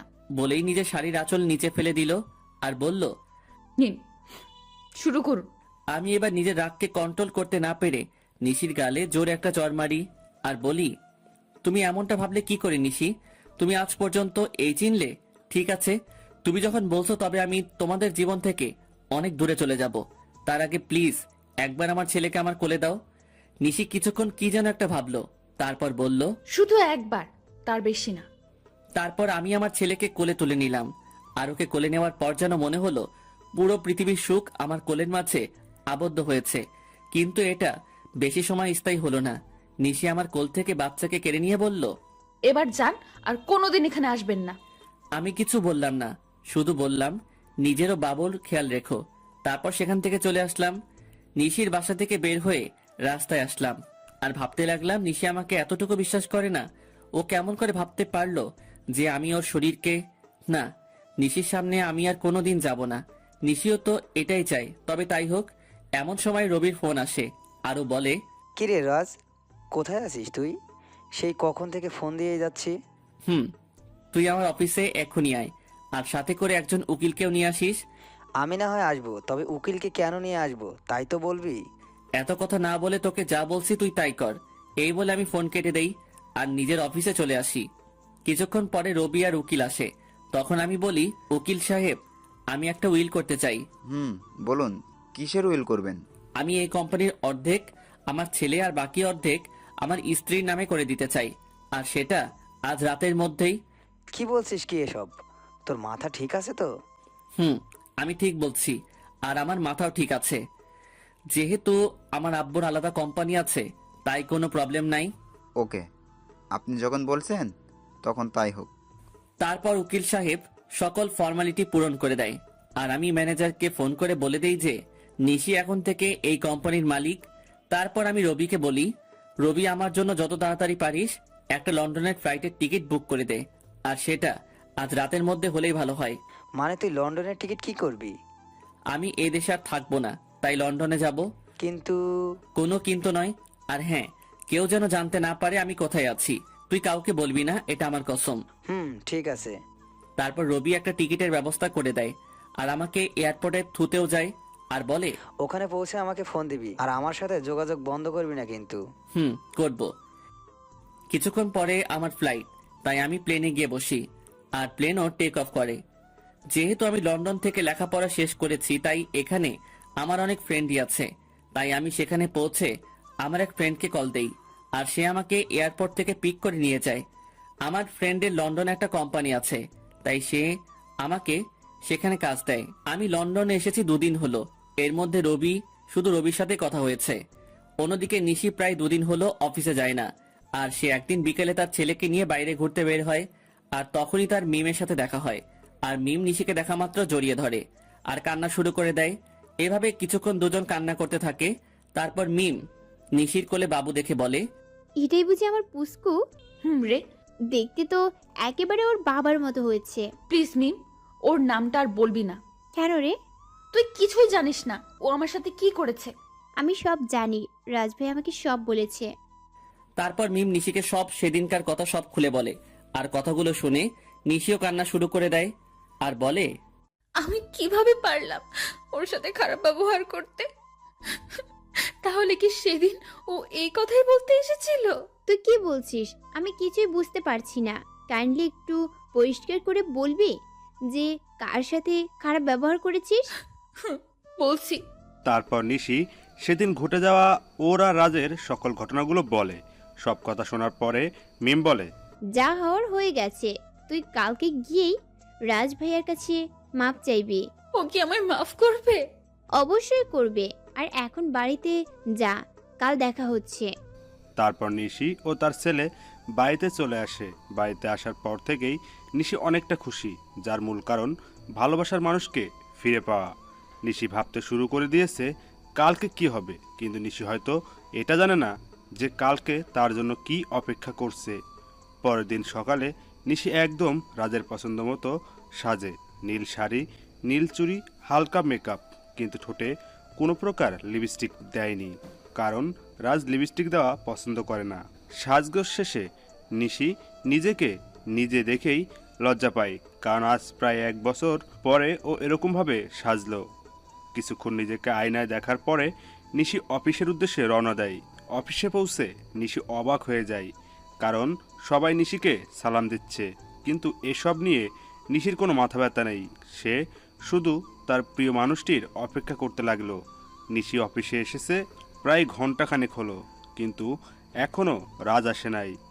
তাই এবার নিশির বেশ চিন্তা হচ্ছে। তাই সে ম্যানেজারের কাছে যায় আর বলে, আচ্ছা, এখনো রাজ অফিসে আসে নাই কেন? রাজ স্যার তো গত 3 দিন ধরে অফিসে আসছে না ম্যাম। মানে অফিসে আসে না কেন? আর আপনি আমাকে ম্যাম কেন বলছেন?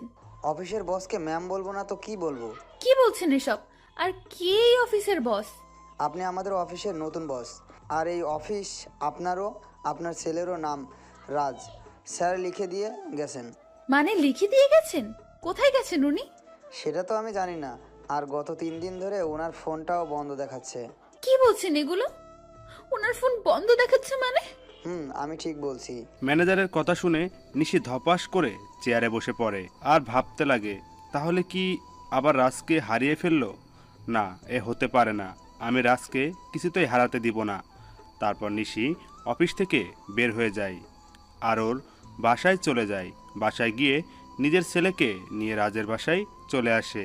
আর যেহেতু রাজের মা জানে যে নিশি আর রাজের একটা ছেলে আছে, তাই তিনি নিশিকে দেখা মাত্র কাছে টেনে নেয় আর বলে, কোথায় ছিলে মা?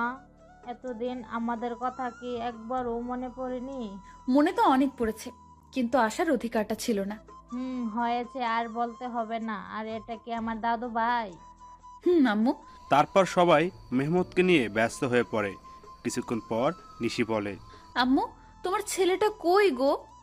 আমাকে অনেক জ্বালিয়েছে, আজ তার বদলা নিব। মানে রাজ তোর সাথে আসে নাই? সে তো বলেছিল তোকে নিয়ে বাসায় আসবে, তাই আমি ওকে কোনো ফোন দেই নাই। ও 3 দিন ধরে আমার সাথে দেখাই করে নাই, আর অফিসেও যায় নাই, তাই আমি মনে করলাম যে ও বাসায়ই আছে। এখন রাজের আম্মুও কান্না করছে। তারা সবাই ভাবছে যে রাজ কোথায় গেল। অন্যদিকে রাজ লন্ডনে গিয়ে তার বন্ধুর বাসায় উঠেছে, আর আজ তার অফিসের প্রথম দিন, তাই সে অফিসের জন্য তৈরি হয়ে বের হয়ে আসে। তারপর রাজ আর ইব্রাহিম, রাজের বন্ধু, অফিসের উদ্দেশ্যে রওনা দেয়। অফিসে পৌঁছে রাজ অবাক না হয়ে পারল না। আরে রাজ, কেমন আছো তুমি? আলহামদুলিল্লাহ ভালোই আছি। তুমি কেমন আছো? ভালো ছিলাম না, কিন্তু এখন থাকবো। মানে তুমি কি বললে বুঝতে পারলাম না। আমি বললাম যে আমিও ভালো আছি। তা আঙ্কেল আন্টি কেমন আছে? তারাও ভালোই আছে, যদিও আমি জানি না যে তারা কেমন আছে। তা কি মনে করে তোমাদের কোম্পানি ছেড়ে এখানে জয়েন করলে? এমনি গো, তেমন কিছু না। ওকে রাজ, তোমার সাথে পরে কথা হবে। এখন একটা মিটিং আছে, তাই যেতে হবে। বাই। এখন আপনারা হয়তো ভাবছেন নীলাকে আর আমি বা নীলাকে কেমন করে চিনি, তাই তো? তাহলে শুনুন, নীলা, আমি আর ইব্রাহিম একই সাথে পড়তাম, তাই আমি আর ওকে চিনি। আর আমি নীলাকে সবসময় নিজের বন্ধুই ভাবতাম, কিন্তু একদিন নীলা আমাকে এসে প্রপোজ করে, কিন্তু আমি এসব পছন্দ করতাম না, তাই আমি ওকে নিষেধ করে দেই। কিন্তু নীলা আমায় প্রতিদিন প্রপোজ করতে থাকে, তাই আমি তাকে বলে নেক্সট টাইম যদি সে আমায় প্রপোজ করে তাহলে আমি ওর সাথে আর বন্ধুত্ব রাখতে পারবো না। তাই সেদিনের পর থেকে নীলা আমায় আর প্রপোজ করে নাই। এর মধ্যে আমার লেখাপড়া শেষ হয়ে যায়, তারপর আমি দেশে ফিরে আসি। আর বাকিটুকু তো আপনারা জানেন। নীলা যাওয়ার পরে আমি ইব্রাহিমকে বলি, কি রে, এটা তো তোর কোম্পানি, তাহলে নীলা এখন কার বস কিভাবে? এটা আমার কোম্পানি, কিন্তু এর মালিক আমরা দুজন, আমি আর নীলা। তো তুই আমাকে আগে বলতে পারলি না যে এখানে নীলাও আছে? তাহলে আসতি না, তাই তো? এর জন্যই তো নীলার কথা আমি তোকে আগে বলিনি। বেশ করেছিস। এখন এখান থেকে দূর হ, আমার কাজ আছে। তারপর আমি কাজ করতে শুরু করলাম। বিকেলের আগে আমার সব কাজ শেষ হয়ে যায়, তাই আমি একটু অফিসে চারপাশটা ভালো করে ঘুরে দেখছিলাম। তখন পেছন থেকে কেউ আমার কাঁধে হাত রাখে। আমি তখন পেছনে ফিরে দেখি নীলা দাঁড়িয়ে আছে। এখানে দাঁড়িয়ে কি করছো রাজ? কিছু না, শুধু চারপাশের প্রকৃতি দেখছিলাম। ও চলো, আজ আমি আর তুমি একসাথে ডিনার করব। তা কি করে হয় বলো? সব হয়। কিছুক্ষণ পরে নীলা গাড়ি একটা রেস্টুরেন্টের সামনে দাঁড় করায়, আর আমরা সেখানে ডিনার শেষ করি। ডিনার করার সময় আমাদের অনেক কথাই হয়। তারপর নীলাই আমাকে বাড়িতে পৌঁছে দেয়। বাড়িতে আসার পরে আমি সোজা ওয়াশরুমে চলে যাই, আর কিছুক্ষণ পরে ফ্রেশ হয়ে বেরিয়ে আসি। আর তখনই আমার রবির কথা মনে হয়। আজ সারাদিন ওকে একবারও ফোন দেওয়া হয়নি, তাই আমি দেরি না করেই ওকে ফোন দেই। আর ফোন ধরার পর রবি বলে, কেমন আছিস ভাই? এই তো ভালোই আছি, তুই কেমন আছিস? আমিও ভালো আছি। আমার বাড়ির সবাই কেমন আছে? কেউ ভালো নেই, তুই যাবার পরে সবাই কেমন যেন হয়ে গেছে, আর আন্টি তোর জন্য প্রায় পাগল হয়ে গেছে। তুই ফিরে আয় ভাই। সময় হলেই আমি ফিরে আসবো। আর নিশি আর আমার বাবু কেমন আছে রে?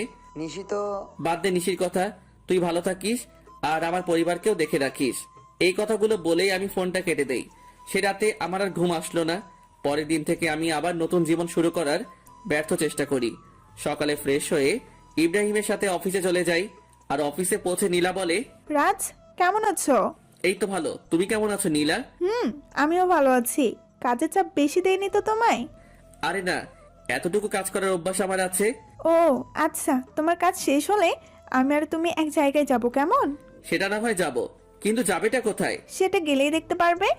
আমিও আর বেশি না ভেবে কাজে মন দিলাম। আর কাজ করতে করতে কখন বিকেল হয়ে গেছে জানতেই পারি নাই। তখন হঠাৎ নীলা এসে বলল, কি গো, তোমার হলো? আর একটু আছে, তুমি দাঁড়াও। আমি আর দাঁড়াতে পারছি না, তুমি আমার সাথে চলো, আমি এই কাজটা অন্য কাউকে দিচ্ছি। বলে নীলা আমার কাজটা একজনকে দিয়ে আমাকে জোর করে বাইরে নিয়ে আসে। আমাকে বাইরে নিয়ে আসার পর নীলা বলে, তুমি গাড়িতে বসো, আমি আসছি। তারপর নীলা আমার অফিসের মধ্যে চলে যায়, আর আমি গাড়িতে উঠে বসি। কিছুক্ষণ পরে নীলা বের হয়ে আসে আর গাড়িতে উঠে গাড়ি ড্রাইভ করে। কিছুক্ষণ ড্রাইভ করার পরে আমরা একটা বড় বাড়ির সামনে এসে দাঁড়াই, আর নীলা বলে, রাজ চলো, এটা আমায় কোথায় নিয়ে এলে? ভেতরে গেলেই দেখতে পারবে। তারপর আমি নীলার পিছু পিছু ভেতরে যাই, আর ভেতরে গিয়ে আমি অবাক হয়ে যাই, কারণ ভেতরে নীলার বাবা বসা ছিল। তার মানে এটা নীলাদের বাড়ি। তখন আমি বললাম, কেমন আছেন আঙ্কেল? ভালো বাবা, তুমি কেমন আছো? জি আঙ্কেল, আমিও ভালো আছি। তারপর আরো অনেক কথা বললাম, আর খাওয়া দাওয়াও ওখানেই করলাম। নীলা রাতে আমাকে ইব্রাহিমের বাসায় থুয়ে যায়, তাই আমিও ফ্রেশ হয়ে ঘুমিয়ে পড়ি। এভাবে 5টা বছর পার হয়ে যায়, আর এই 5 বছরে নিশির জন্য আমার ভালোবাসায় এতটুকু কমে নাই, বরং বেড়েছে। তো প্রতিদিনের মতো আজ অফিসে গেলাম, আর অফিসে পৌঁছানোর পর নীলা আমার কাছে এসে বলল, শোনো রাজ, আমরা আগামীকাল বাংলাদেশে যাব, সেখানে একটা মিটিং আছে, আর আমার সাথে তুমিও যাবে। তাই তোমার যা যা প্রয়োজনীয় তুমি আজ বাসায় গিয়ে প্যাকিং করে নাও, আর কাল সকালে আমাদের ফ্লাইট। ওকে ঠিক আছে। কেন জানি আমি ওকে মানা করতে পারলাম না, হয়তো অনেকদিন পর দেশে ফিরবো, এর জন্যই। সেদিনকার মতো অফিস করে বাসায় চলে আসলাম। তারপর আমি আমার কিছু জিনিস প্যাকিং করে রাখলাম। পরের দিন সকালেই আমি আর নীলা বাংলাদেশে চলে আসলাম, আর আমি ওখানকার যে কোম্পানির সাথে মিটিং হবে সেখানে গেলাম। আমি সেখানে গিয়ে আরো বেশি অবাক হয়ে যাই, কারণ এটা আর কারো না, আমার বাবার কোম্পানি, যার সাথে আমাদের মিটিং হবে। আমি কি করব তাই ভেবে পাচ্ছিলাম না। একবার মনে করলাম যে মিটিংটা অ্যাটেন্ড করব না, কিন্তু পরক্ষণে কি যেন হলো। আমি মিটিং প্লেসে চলে গেলাম। সেখানে গিয়ে আমি দেখি আমার বাবা একটা চেয়ারে বসা আছে, আর তার চেহারাটা কেমন যেন শুকিয়ে গেছে। তো আমি সেখানে গিয়ে সবার সাথে মত বিনিময় করলাম। আর আমি যখনই বাবার কাছে গেলাম, তখন বাবা আমাকে দেখা মাত্র জড়িয়ে ধরলো আর বলল, কোথায় ছিলি বাবা এতদিন? আমাদের কথা কি তোর একটুকু মনে পড়ে নাই? বাবা, অনেক মনে পড়েছে, কিন্তু আমি যে অপারগ ছিলাম। এখন আমার সাথে তুই বাসায় যাবি, তোকে দেখলে তোর আম্মু অনেক খুশি হবে। আব্বু, আমি যাব। তার আগে এই মিটিংটা শেষ করে নেই। সত্যি বলছিস তো? সত্যি। এতক্ষণ সবাই আমাদের দিকে তাকিয়েছিল আর বোঝার চেষ্টা করছিল যে কি হচ্ছে এগুলো। এমনি নীলাও অবাক হয়ে গিয়েছে, কারণ সেও আমার বাবাকে চিনে না। তাই সে আমার কাছে এসে বলল, তুমি বিজনেসম্যান নাজমুল সাহেবের ছেলে? তুমি এত বড় বিজনেসম্যানের ছেলে হয়ে আমাদের কোম্পানিতে একজন সাধারণ স্টাফ হয়ে কাজ কেন করছিলে? এর একটা কারণ আছে যেটা তুমি জানো না। কি কারণ আছে রাজ? মিটিং শেষ হোক, তারপর না হয় বলি। ওকে ঠিক আছে। নীলার অবাক হওয়ায় স্বাভাবিক, কারণ এই 5 বছরে আমি নীলাকে একবারের জন্য আমার আসল পরিচয়টা বলি নাই। যদিও সে জানতো আমাদের একটা কোম্পানি আছে। তারপর আমরা মিটিং শেষ করে বাহির হইলাম, আর তখনই আমার চোখ গেল একটা বাচ্চার উপর। বয়স আর কত হবে, 5-6 বছর হয়তো, কিন্তু ওকে দেখে মনে হচ্ছে কতদিনের না চেনা। তাই আমি ওর কাছে যাই আর বলি, বাবা তোমার নাম কি? কিন্তু ছেলেটা আমাকে অবাক করে দিয়ে পাপা বলে, আমায় জড়ায় ধরে। কে তোমার পাপা?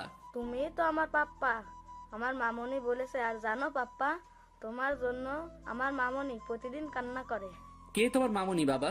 তখন ছেলেটি হাত দিয়ে একজনকে দেখিয়ে দেয়, আর সেটা আর কেউ না, সেটা হলো নিশি। মানে ছেলেটি আমার আর নিশি সন্তান। তার জন্যই কি ওর জন্য এত টান অনুভব হইতেছিল? তখনই নিশি আমাদের সামনে চলে আসে, আর আমাকে দেখে সে খানিকটা স্তব্ধ হয়ে যায়, কিন্তু পরক্ষণে আমায় জড়িয়ে ধরে কান্না করে দেয়। কিন্তু তখন হঠাৎ নীলা কোথায় থেকে যেন চলে আসে, আর নিশিকে আমার বুকে দেখে ও নিশিকে তুলে ওর গালে 2টো চড় বসায় দেয় আর বলে, আই মেয়ে, তোমার লজ্জা করে না অন্যের স্বামীকে জড়ায় ধরতে? অন্যের স্বামী মানে? হ্যাঁ, তুমি যাকে জড়িয়ে ধরেছ সে আমার হাজবেন্ড হয়। ও সরি, আমায় ক্ষমা করে দিয়েন। আর মিস্টার রাজ, আপনার ছেলেকে দেখে রাখবেন। এই কথা বলেই নিশি বাইরে দৌড় দিল। আমিও নিশির পিছু পিছু গেলাম, কিন্তু আমি যেতেই একটু দেরি করে ফেলেছিলাম, কারণ নিশি একটা কারের হাতে ধাক্কা খেয়েছে, আর ওর মাথা থেকে প্রচুর ব্লিডিং হচ্ছে। আমি কি করব কিছুই বুঝতে পারছিলাম না। আমার মনে হচ্ছিল যেন আমি আমার জীবনের সবচেয়ে মূল্যবান কিছু হারাতে যাচ্ছি। তাই আমি গিয়ে নিশিকে আমার কোলে তুলে নেই আর হসপিটালের দিকে দৌড়াতে শুরু করলাম। আর তখন কে যেন একটা কার নিয়ে এসে বলল উঠতে। তাই আমি দেরি না করে কারে উঠে বসি, আর কিছুক্ষণের মধ্যেই হসপিটালে পৌঁছে যাই, আর ডক্টররা নিশিকে নিয়ে ওটিতে চলে যায়। তাই আমি কারওয়ালাকে ধন্যবাদ দিতে চাই, আর গিয়ে দেখি সেটা আর অন্য কেউ না, আমার বন্ধু মামুন। আর মামুনকে দেখা মাত্র আমি কান্নায় ভেঙে পড়ি আর বলি, আমার নিশির কিছু হবে না তো? ওর যে কিছু হলে আমি বাঁচবো না রে। নিশির কিচ্ছু হবে না। আর তুই এভাবে ভেঙে পড়ছিস কেন? আজ আমার জন্য নিশির এই অবস্থা, কেন যে আমি আবার দেশে ফিরে আসলাম। এক থাপ্পড় দিব যদি আর একটুও বাজে কথা বলিস। আর নিশির কিছু হবে না, আর তুই এখানে শান্ত হয়ে বস। তারপর মামুন আমাকে এক জায়গায় বসিয়ে দেয় আর কোথায় যেন চলে যায়। কিছুক্ষণ পরে দেখি মামুন আমার ছেলেকে নিয়ে আসছে, আর ও আমাকে দেখে বলে, বাবা মামার কি হয়েছে? তোমার মামামের কিছু হয়নি বাবা, তুমি আমার কাছে এসো তো। তারপর আমি আমার ছেলেকে বুকের মাঝে জড়াই ধরি। কিছুক্ষণ পরে ডক্টর ওটি থেকে বাহির হয় আর বলে, বলতেই হবে আপনাদের ভাগ্য অনেক ভালো, নয়তো রুগীকে যে অবস্থায় আনা হয়েছিল আমি তো মনে করছিলাম ওনাকে বাঁচানো সম্ভব হবে না, কিন্তু আল্লাহর রহমতে উনি এখন অনেক সুস্থ। আপনাকে অনেক ধন্যবাদ ডক্টর সাহেব, আবার নিশিকে ফিরিয়ে দেওয়ার জন্য। আর এটা আমাদের কর্তব্য। ডক্টরের হাত ধরে বললাম, আমি কি ওর সাথে দেখা করতে পারি? না, আপনি 6 ঘন্টা পরে ওনার সাথে দেখা করতে পারবেন। আর তাছাড়া ওনার এখন চেঞ্জ নেই। ওকে ডক্টর। ডক্টরের সাথে কথা শেষ করে এসে আমি আমার ছেলের কাছে বসি। আমি আর আমার ছেলে বসে আছি, তখন কেউ পেছন থেকে আমার নাম ধরে ডাক দেয়। তাই আমি পেছনে তাকাই কে ডাকছে দেখার জন্য। তখন দেখতে পাই আব্বু আর আম্মু দাঁড়ায় আছে। আর আম্মু আমাকে দেখে আর স্থির থাকতে পারলো না, আমার কাছে এসে কান্না শুরু করে দিল আর বলল, কোথায় ছিলি বাবা এতদিন? আমাদের কথা কি তোর এতটুকু মনে পড়ে না? আম্মু, মনে তো সবসময় পড়তো, কিন্তু আসার উপায় ছিল না। আর এই যে দেখো আমি এসে গেছি, আর কোথাও যাব না। সত্যি তো? সত্যি। তখন একজন নার্স এসে খবর দিল যে নিশির সেন্স ফিরেছে। তাই আমি আর দেরি না করে নিশির কেবিনে ঢুকে গেলাম। আমার পিছু পিছু বাকি সবাইও চলে এসেছে, কিন্তু নিশি আমাকে দেখে তার মুখটা অন্যদিকে ঘুরিয়ে নিল। সবাই নিশির সাথে কথা বলছে, আর নিশি সেগুলোর উত্তর শুধু হ্যাঁ অথবা নাতে দিচ্ছে, কিন্তু সে আমার দিকে একবারও তাকাচ্ছে না। এতে আমার অনেকটাই খারাপ লাগে। তাই আমি সবাইকে বলি, আমি আর নিশি একা কথা বলতে চাই, প্লিজ সবাই যদি একটু বাইরে যেতেন। তারপর সবাই বাইরে চলে যায়, আর আমি নিশির পায়ে গিয়ে বসি, আর ওর হাত আমার হাতের মুঠোর মধ্যে নেই, আর বলি, নিশি আমি সরি, কথা বলবে না আমার সাথে? ঠিক আছে, তাহলে আমি চলে যাচ্ছি।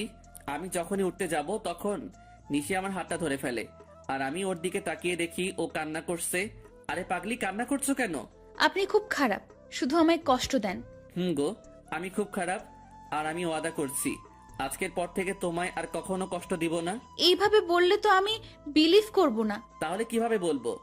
কান ধরে বলেন। ওকে শোনা বউ, এই তো কান ধরলাম। ওই ফাজিল, আমি কি আমার কান ধরতে বলেছি নাকি? তো কি হলো? আর যাবেন না তো? কখনো না। পাগলিটাও আমার বুকের মধ্যে মিশে গেল। ঠিক তখনই নীলা কেবিনে আসলো, আর নিশি নীলাকে দেখা মাত্র আমাকে আরো শক্ত করে জড়িয়ে ধরলো। ওর মতে ও যদি আমায় ছেড়ে দিলে হারিয়ে যাব। ভয় পেও না নিশি, আমি তো শুধু ক্ষমা চাইতে এসেছি, কারণ আমি জানতাম না যে তুমি রাজের কি হও, তাই ওই কথাগুলো বলেছিলাম। It's okay. Thank you Nishi, and good bye. বলে নীলা চলে যায়। তখন আমি নিশিকে বলি, বাবু তুমি এখন রেস্ট নাও, তুমি এখনো অনেকটাই উইক। তারপর নিশি আমার হাতটা ধরেই বাচ্চাদের মতো ঘুমিয়ে পড়ে। প্রায় 15 দিন পর নিশিকে রিলিজ দেওয়া হয়, আর নিশির পুরোপুরি সুস্থ হতে প্রায় 1 মাস সময় লাগে। আর এই 1 মাস কেটেছে নিশির সাথে দুষ্টুমি করতে করতে। একদিন রাতে আমি আর নিশি ছাদে বসেছিলাম, তখন নিশির কি যেন মনে হলো, আর সে আমার কোলের উপর উঠে এসে বসলো, আর আমার গাল জড়ায় ধরে বলল, আমার না একটা ফুটফুটে মেয়ে চাই, দেবেন? দিব। আমি ওর ঘাড়ে আমার নাক ডুবিয়ে গন্ধ নিচ্ছি আর কথাগুলো বলছিলাম, কেমন যেন নেশা ধরানো গন্ধ। তখন নিশি হঠাৎ করে ওর দুহাত দিয়ে আমার মাথা উঁচু করে ওর ঠোঁট আর আমার ঠোঁট এক করে দেয়, আর পাগলের মতো চুষতে থাকে। নিশির এমন কাজ দেখে আমি খানিকটা অবাক হলেও পরক্ষণেই নিজেকে সামনে নেই, আর ওর কোমরটা জড়িয়ে ধরে নিজের দিকে টেনে আনি, আর ওর ঠোঁট চুষতে থাকি। এভাবে প্রায় 10 মিনিট ছিলাম। তারপর আমি নিশিকে 5 কোলে তুলে নিয়ে রুমের মধ্যে আসি, আর পা দিয়ে দরজাটা লাগিয়ে দেই। তারপর নিশিকে বিছানায় শুয়ে দিয়ে নিজের শার্টের বোতামগুলো খুলি আর শার্টটা দূরে ছুঁড়ে মারি। তারপর নিশির উপর উঠে ওর ঘাড় সহ সারা শরীরে কিস করি, সাথে হালকা কামড় দেই, ফলে নিশি হালকা চিৎকার করছিল। তারপর আমি আস্তে আস্তে নিশির ব্লাউজের হুক খুলি, আর নিশি আবেগে আমাকে জড়ায় ধরে। তারপর আর কমু না, সবাই নিজে থেকে বুঝে নেন গা। কেউ একজন আমাকে বলেছিল আমি নাকি আনরোমান্টিক, তাই গল্পটা রোমান্টিক ভাবে শেষ করলাম, যার ফলে গল্প একটু বেশি 18+ চলে এসেছে। তাই সবাই আমাকে ক্ষমা করে দিয়েন, আর গল্পটা কেমন ছিল জানাবেন। The story is and.